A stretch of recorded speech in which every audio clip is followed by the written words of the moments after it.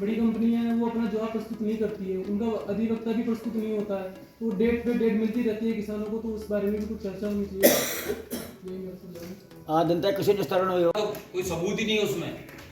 तो इस तरह के जो फ्रॉड्स हैं, डिजिटल में फ्रॉड्स भी बहुत हो रहे हैं, इसको भी रोकने का कार्य होनी चाहिए।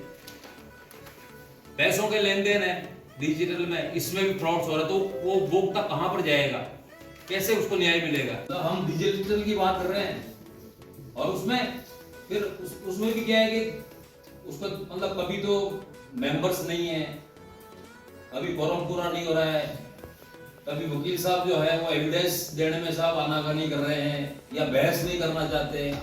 तो जो उपभोक्ता है वो तो जिस दिन उसने से जितेंद्र चौधरी साहब आए, हाँ, तो क्योंकि विषय थोड़ा एग्रीकल्चर से जुड़ा हुआ था, तो मैं आपसे निवेदन करूंगा कि उनकी कुछ शंकाओं का समाधान करने का प्रयास करें।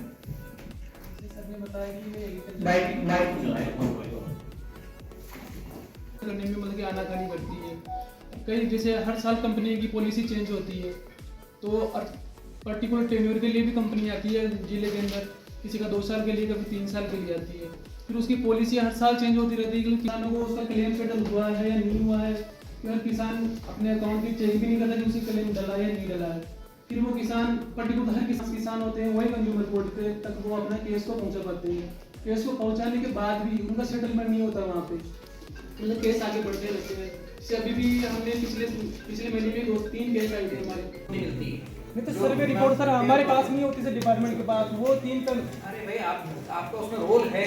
हाँ सर, आप उससे मैं जो कह रहा हूँ उसको सुनो भी सही।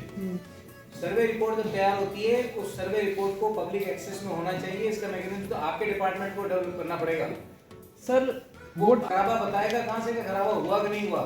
सर वही तो बात बता रहे हैं इंश्योरेंस कंपनी से सर, वो बात उसमें 3 कमेटी होती है, 3 आदमी होती है, एक होता है बीमा कंपनी का प्रतिनिधि।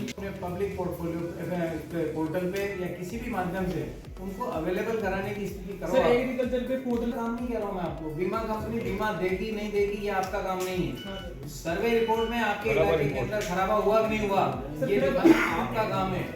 सर उसमें खराबा परसेंटेज हम दिखाते हैं ताकि वो ऐसे दलाल घूमते हैं जो काश्तकार का पैसा आ गया, काश्तकार को पता भी नहीं है और उसके पैसे उठ जाते हैं, रिकॉर्ड में जमा खर्च हो जाता है और बाद में उसे पूछते हैं कि आपके पैसे ऐसे उठ गए। ऐसे कम से कम 100-200 काश्तकार थे उधर, करोड़ों रुपए का घपला हुआ था पाटन एरिया में और उसकी 2-3 संस्था ने जांच भी करी, हर जगह दलाल पूछते जो बीमा वाले कोई जवाब नहीं दे पा रहे, तो एक्चुअल में जो उसमें बीच में मतलब कड़ी को ऐसी फिट करें क्योंकि वो टोटल मतलब जागरूक किसानों को जागरूक करें कि ऐसा बीमा करना चाहिए, नुकसान होगा और इसमें आप इसको उसको बिचारे को पता नहीं होता, पैसा भी दे देता है और मतलब ठगा कर रह जाता है, उसको क्लेम भी नहीं मिलता।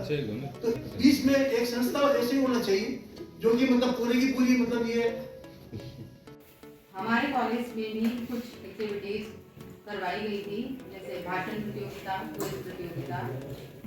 उसमें जो युवा है उन्होंने प्रतियोगिताओं में बढ़ चढ़ के भाग लिया और आज जिन्होंने पुरस्कार प्राप्त करना है वो तीनों बच्चे आए भी हैं भाषण प्रतियोगिता के यहाँ पर। महिमा जैन,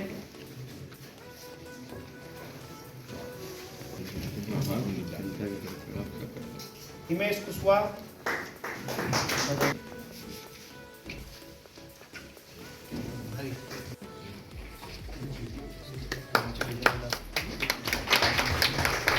नितेश बेग,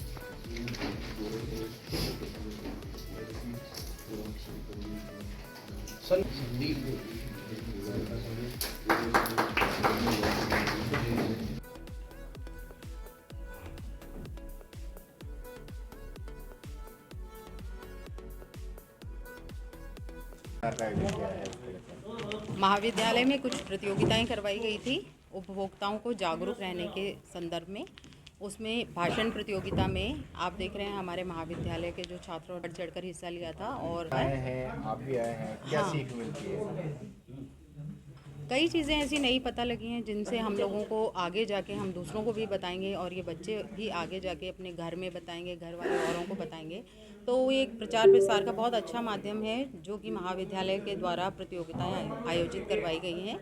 इससे अवेयरनेस फैलने के में आसानी रहती है क्योंकि युवाओं में जो चीज़ जाती है वो बहुत अच्छा माध्यम है दूसरों तक अपनी बात पहुँचाने का।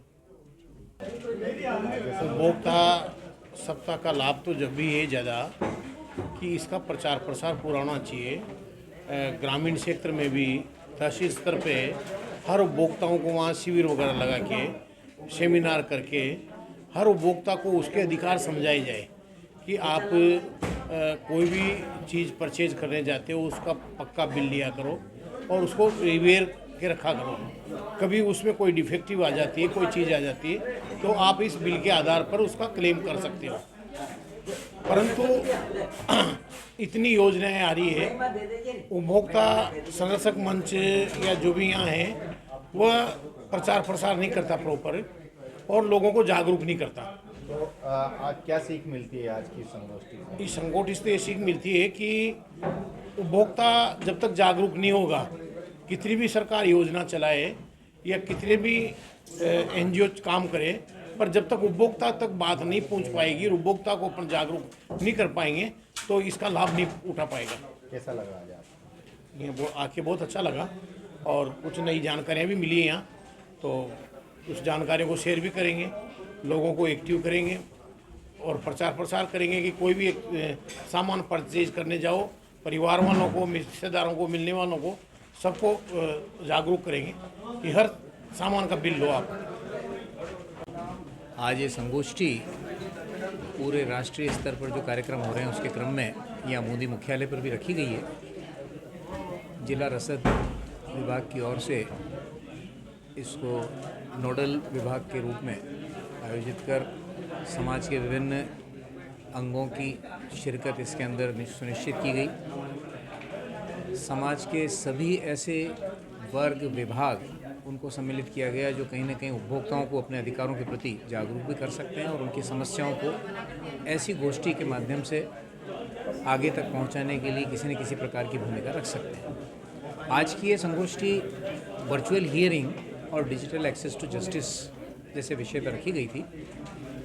किसी भी उपभोक्ता के लिए जिला स्तर पर, राज्य स्तर पर, राष्ट्रीय स्तर पर व्यक्तिगत रूप से पहुंच पाना बड़ा दुष्कर होता है। उसी स्थिति को ध्यान में रखते हुए अब ये व्यवस्था सुनिश्चित करने का प्रयास किया जा रहा है कि वर्चुअल हियरिंग इन आयोग में, इन सभी स्तर के आयोग में उपलब्ध कराई जा सके। इसके लिए राज्य सरकार भी राजस्थान में प्रयासरत होकर एक इसके लिए मॉड्यूल तैयार कर रहे हैं। ई जागृति पोर्टल के माध्यम से डिजिटली कंप्लेंट्स को फाइल करना और उनकी होने वाली कार्रवाई को रेगुलर उपभोक्ता अपने स्तर पर मॉनिटर कर सके, स्वयं अपने मामले की पैरवी कर सके, वर्चुअल वे में पैरवी कर सके बिना उपस्थित हुए।